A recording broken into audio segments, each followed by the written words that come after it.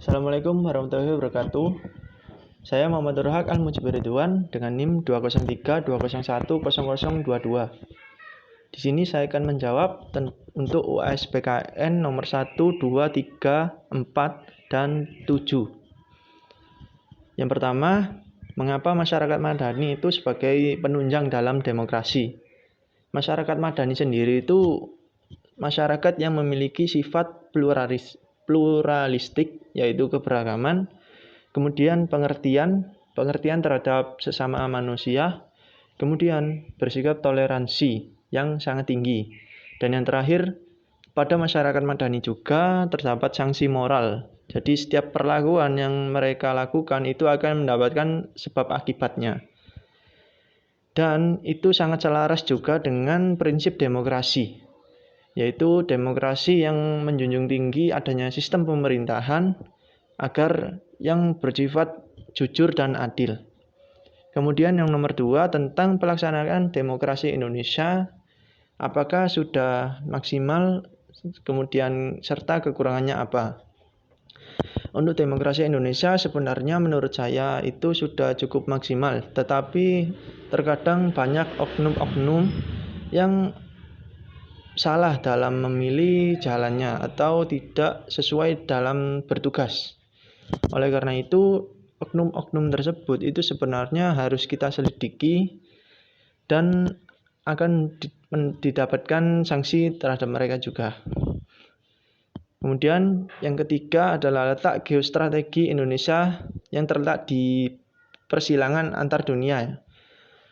Letak dari geostrategi Indonesia itu sebenarnya sangat berdampak yang cukup baik, tetapi ada juga dampak yang buruk.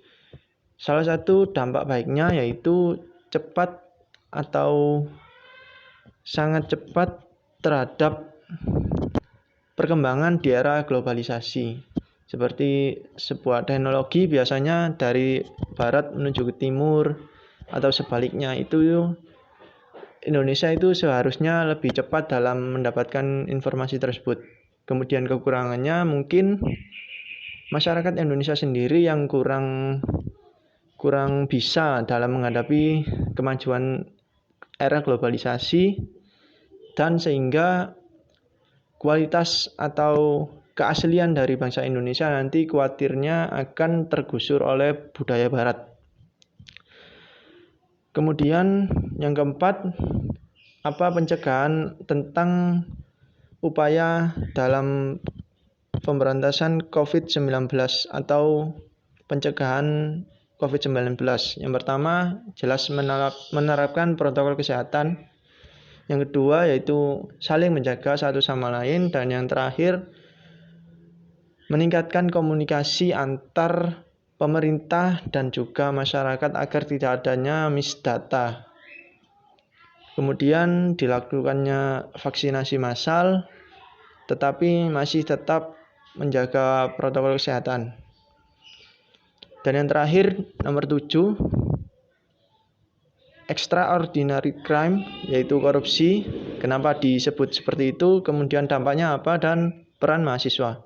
Kenapa extraordinary crime diberikan pada korupsi? Karena korupsi sendiri itu biasanya kalau sudah tingkat ke atas, itu korupsi yang diambil itu bukan uang yang bisa dinilai ribuan atau ratusan atau jutaan, tetapi hampir miliaran hingga triliunan.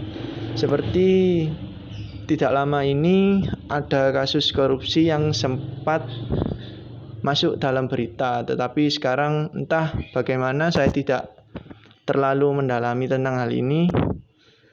Kemudian dampaknya apa? Jelas dampaknya itu berimbas pada masyarakat, yang seharusnya masyarakat seperti sekarang ini diterapkannya PPKM darurat serta PPKM level 4, dan seharusnya juga mendapatkan bantuan, tetapi bantuan tersebut tidak segera langsung turun ke masyarakat. Kemudian peran mahasiswa mungkin bisa juga untuk membantu seperti bantuan sosial, seperti meminta sumbangan atau bansos kepada